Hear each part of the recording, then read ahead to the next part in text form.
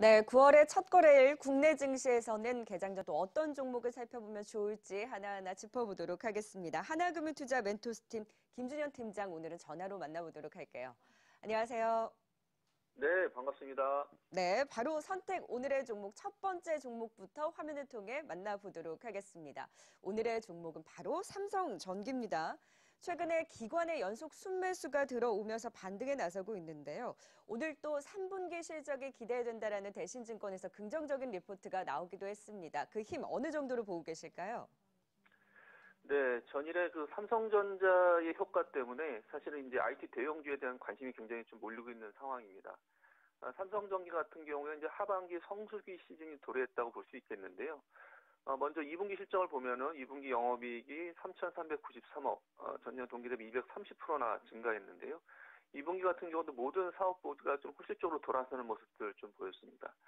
3분기는 기대해 볼 만한데 역시 그 이유는 삼성전자와 애플의 어떤 스마트폰 신작 효과가 이제 본격화된다. 뭐 그런 부분이 있을 수 있겠고요. 그래서 3분기 같은 경우에 12분기 기준, 그러니까 최근 3년 내 기준으로 봤을 경우에 분기 최대 실적을 달성하지 않겠냐라고 좀 전망을 하고 있습니다.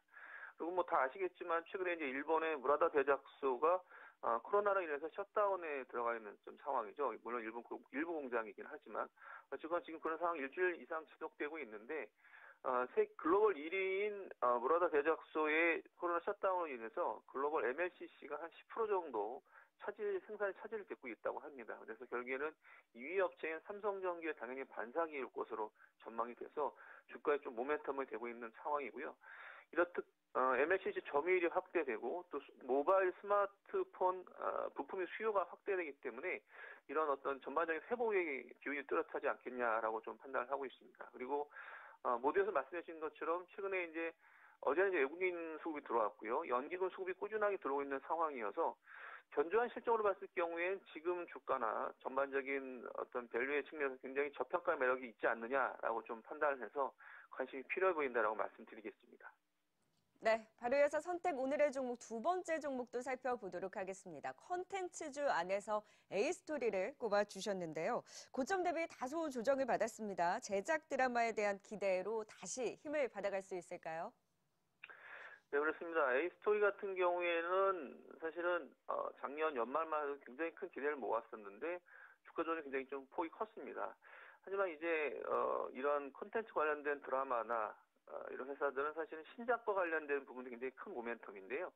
A스토리는 이제 그동안 투자를 많이 했던 대표적인 작품이죠. 블랙버스터 지리산이 이제 10월 말 방영으로 성큼 좀 다가왔습니다.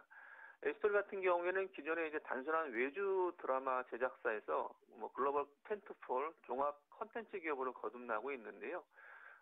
플랫폼 방영권이라든지 아니면 해외 판권, OST 음원 수익, 그리고 또 뭐 다양한 IP를 활용해서 게임까지 또 만들고 있습니다. 그래서 명실상부한 이런 콘텐츠 기업을 거듭나고 있다는 부분 주목해야 될 것 같고요. 실적 측면에서 봐서도 역시 이제 2분기 같은 경우에 영업이익이 45억으로 흑자 전환했고요.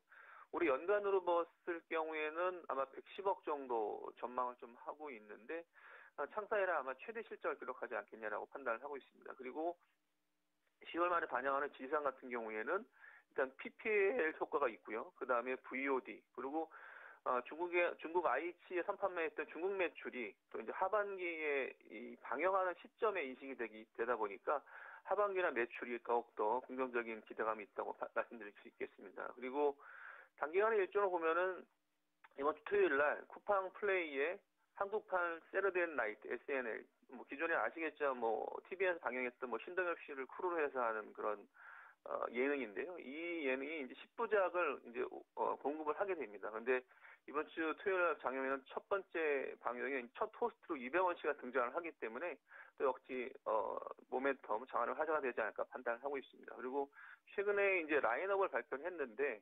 2023년까지 세 개의 시즌제 텐트폴 라인업을 구성을 했습니다. 그래서 결국에는 흥행과 수익을 동반할 수 있지 않느냐. 그래서 그동안 좀 많이 소외되어 왔지만 이제는 기대할 만한 시기가 왔다라고 판단하고 있습니다. 네, 지금 조정이 또 매수 기회로 A스토리를 꼽아주셨습니다. 마지막 선택 오늘의 종목도 확인해 보도록 하죠. 최근 대세는 수소입니다. 오늘 또 일진 하이솔루스 상장을 앞두고 수소 관련주들에 대한 관심 계속해서 높아지고 있는데요. GMB 코리아를 꼽아주신 배경 어디에 있을까요? 네, GMB 코리아는 말씀해 주신 것처럼 이런 수소차 시대의 핵심 부품을 생산을 하고 있는데요. 이 회사는 현대기아차, 아이오닉이라든지 니로 등 친환경차, 수소전기차의 엔진 부품에 들어가는 워터 펌프를 납품을 하고 있습니다. 워터 펌프는 이제 엔진을 일정한 온도로 유지하기 위해 냉각수를 순환시키는 역할을 하는데요. 올해 5월 달에 이제 현대차에서 541억 대규모의 수주를 했고요. 수소 연료 전지 시스템을 위한 워터 펌프 공급을 계약을 했습니다. 이 회사도 역시 자동차 부품사이다 보니 작년에 실적이 안 좋아서 적자를 기록했는데요. 상반기 매출 같은 경우에는 전년 대비 30%나 증가하는 그런 실적을 보였고요. 역시 1분기, 2분기도 연속으로 영업이 흑자를 돌아서는 모습을 보였습니다. 현대수소차의 전자식 워터펌프 독점 공급 사업자다 보니까 수소산업의 성장에 있어서 직접 수혜를 받지 않겠냐라고 좀 판단을 하고 있습니다. 그리고 최근에 이제 수소차 관련된 모멘텀 있는 부분들은 다음 주에 대규모 행사가 두 개가 있는데요. 9월 7일 날 현대차 그룹이 하이드로젠 웨이브라고 해서 이제 글로벌 수소 비전을 발표하는 행사가 있고요. 그 다음날 9월 8일 날은 정유수 최태원 회장이 참여하는 H2 비즈니스 서밋이 있습니다. 아마 우리나라 대표적인 수소업체 한 10개 회사가 수소기업 협의체를 발족을 하는 행사라고 하는데요. 수소 관련된 회사들의 어떤 모멘텀이 되지 않을까 판단을 하고 있습니다. 그래서 최근에 어떤 실적 개선과 수소 관련 이벤트 공개 이후에 주가 모멘텀이 좀 되고 있다는 부분들, 그래서 바다가 주가가 꾸준하게 올라오고 있다면 긍정적이고요. 그리고 수소차뿐만 아니라 전기차용 워터펌프를 생산하다 보니까 이제 친환경차의 보급 확대로 질적인 성장이 가능하지 않겠냐라고 전망을 하고 있습니다. 네, 자 3,200선을 코앞에 두고 9월장을 맞이하게 됩니다. 투자 전략 어떻게 가져가 볼까요? 네, 어저께 이제 오후장의 장 막판에 이제 무디스가 올해 한국의 경제 성장률을 전망치를 3.5%에서 4% 상향한다는 그런 긍정적인 뉴스가 나왔고요. 결국에 이제 글로벌 수요 회복으로 우리나라 수출이 좀 확대되지 않겠냐라는 기대감이 좀 자아내는 상황이라고 말씀드리겠습니다. 그랬을 경우에 결국에 이제 낙폭이 좀 과대했던 전차 군단, IT라든지 자동차에 대한 관심이 좀 필요해 보이는 상황이라고 말씀드릴 수 있겠고요. 그리고 이제 반도체 소부장이라든지 OLED 디스플레이에 관련된 종목들이 주가에 조금 더 탄력을 받지 않겠냐라고 판단을 하고 있습니다. 그리고 최근에 이제 정치권을 중심으로 계속적으로 나오는 게 위드 코로나 관련된 그런 부분인데요. 위드 코로나 현실화됐을 경우에는 역시 여행, 항공, 화장품, 콘텐츠 관련된 업종들이 수요를 회복하지 않겠냐. 그러니까 지금부터 그런 부분들이 움직이지 않겠냐라고 좀 판단을 하고 있고요. 해명 끝난 미국 시장에서도 역시 이제 러셀 2000 같은 이제 중소형 지수가 상승을 했는데 우리나라도 역시 실적 턴어라운드를 기반으로 한 중소형주가 하반기 수익률 게임에 유리하지 않겠냐라고 판단을 하고 있습니다. 네, 낙폭과대, 반도체 그리고 리오프닝 관련주를 중심으로 한 관심까지 전해주셨습니다. 선택 오늘의 종목 지금까지 하나금융투자 김준현 팀장이었습니다. 고맙습니다. 네, 고맙습니다.